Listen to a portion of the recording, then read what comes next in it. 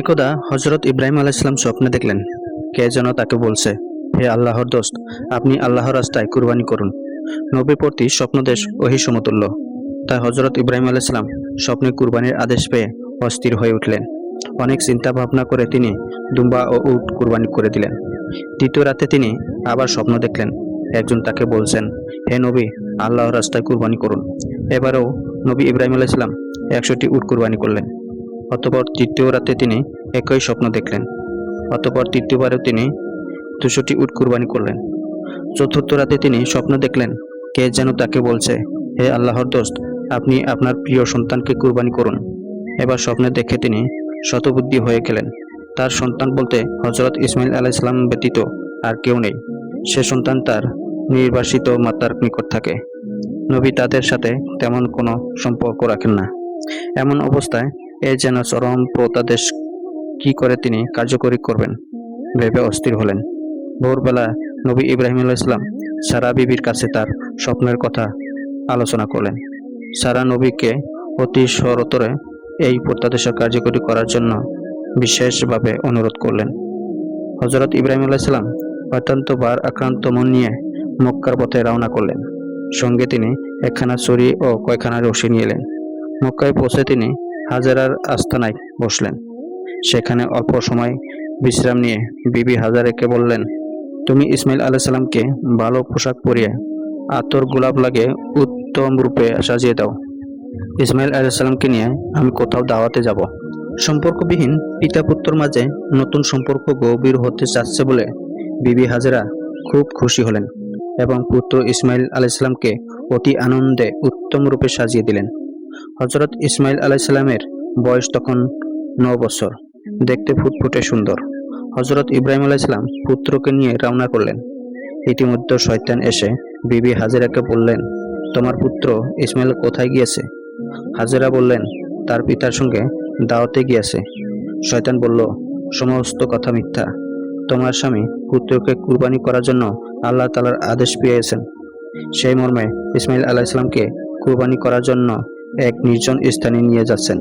বিবি হাজেরা মানুষের সুরতধারী শয়তানকে বললেন, যদি আল্লাহ তাআলাই কুরবানির মাধ্যমে ইসমাইলকে কবুল করেন তাহলে আলহামদুলিল্লাহ, এতে আমার উদ্বৃত্ত হওয়ার কোনো কারণ নেই।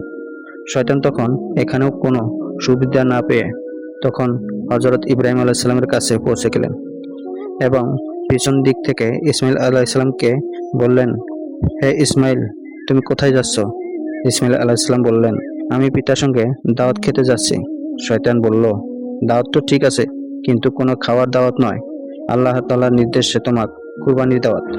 একটু পরে তোমার গলায় ছুরি চালিয়ে আল্লাহর নামে কুরবানি করা হবে। হযরত ইসমাইল আলাইহিস তখন বললেন, আল্লাহ তাআলা যদি আমার কুরবানি মঞ্জুর করে থাকেন তবে আমার ধন্য কপাল, এতে আপত্তির কোনো কারণ নেই। এবং তিনি পিতাকে সম্বোধন করে বললেন, হে পিতা, পিছন থেকে কে যেন বলছে আপনি আমাকে কুরবানির জন্য নির্জন স্থানে নিয়ে যাচ্ছেন। তখন হযরত ইব্রাহিম আলাইহিস বললেন, শয়তান তোমার সঙ্গে প্রতারণা করছে, তুমি ওর প্রতি 7 খণ্ড পাথর নিক্ষেপ করো। হযরত ইসমাইল আলাইহিস পিতার আদেশ পেয়ে তখন 7 খণ্ড পাথর নিক্ষেপ করলেন। শয়তান দূরীভূত হলো। এই পাথর নিক্ষেপ হজ আদায়ের জন্য একটি জরুরি শর্ত ও সুন্নাত হিসেবে গণ্য করা হয়। হযরত ইব্রাহিম আলাইহিস মিনার এক নিভৃত স্থানে গিয়ে থামলেন এবং পুত্র ইসমাইল আলাইহিসকে বললেন, হে প্রিয় বৎস, আমি 4 রাত ধরে কুরবানি করার আদেশ পেয়ে আছি।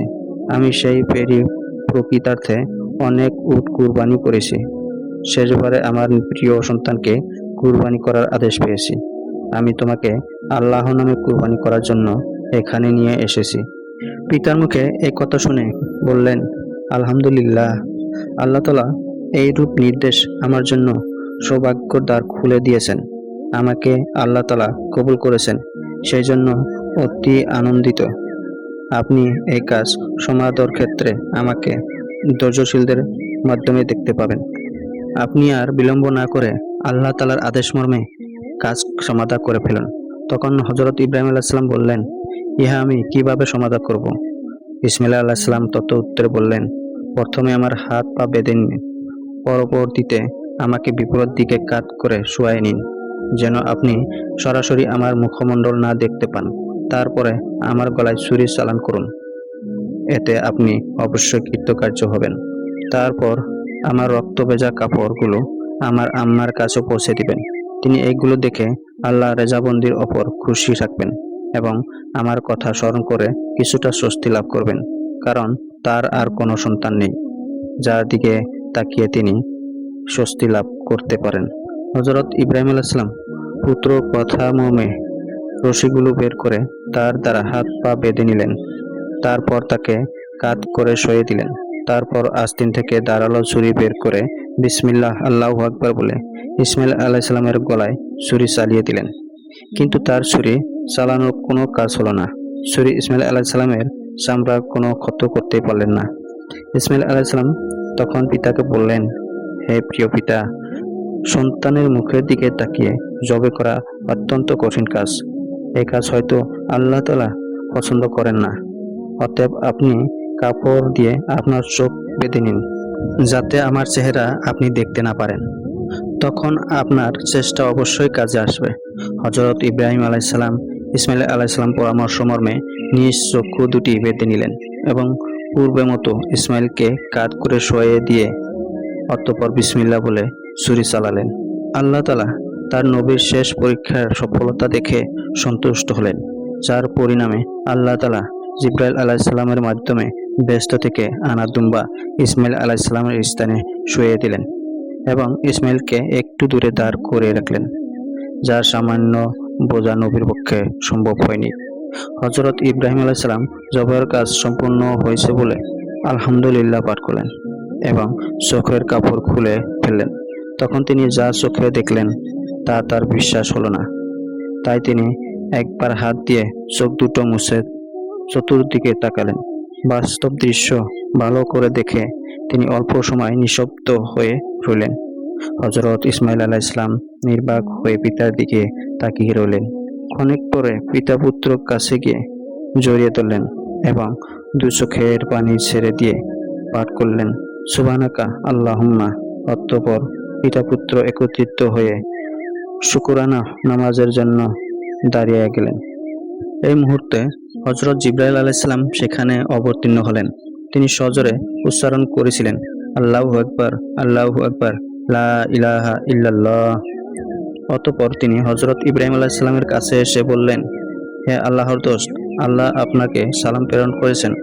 আল্লাহ তাআলা নবীকে লক্ষ্য করে আরো বলেছেন, হে ইব্রাহিম, তুমি আল্লাহ তাআলার উদ্দেশ্য তোমার স্বপ্নকে বাস্তবায়ন করেছ।